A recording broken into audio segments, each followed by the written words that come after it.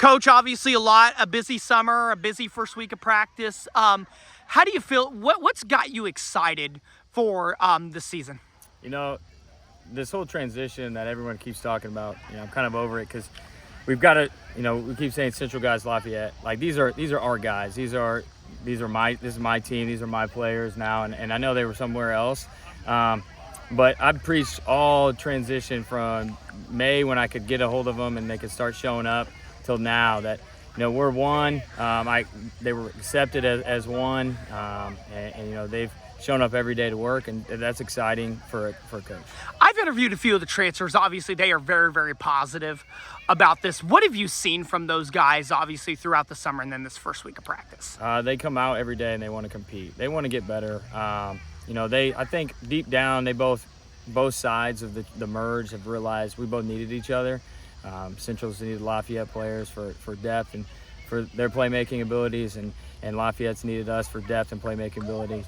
I think, we got the ability, I think, to kind of surprise some teams with what we're doing.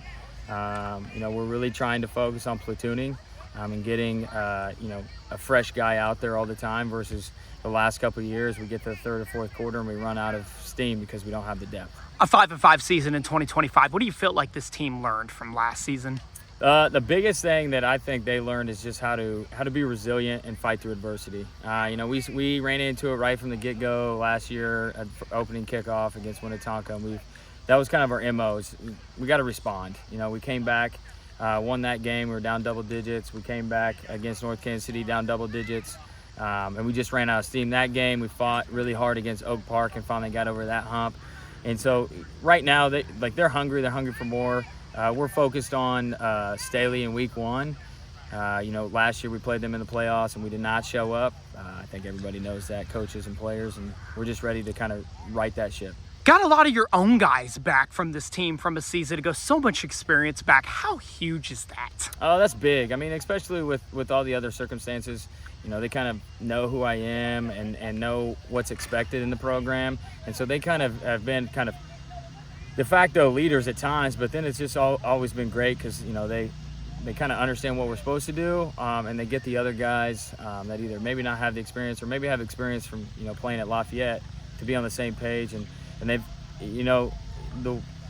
I don't think if you came out here, you'd be able to tell without knowing who they are that they were different, went to a different school.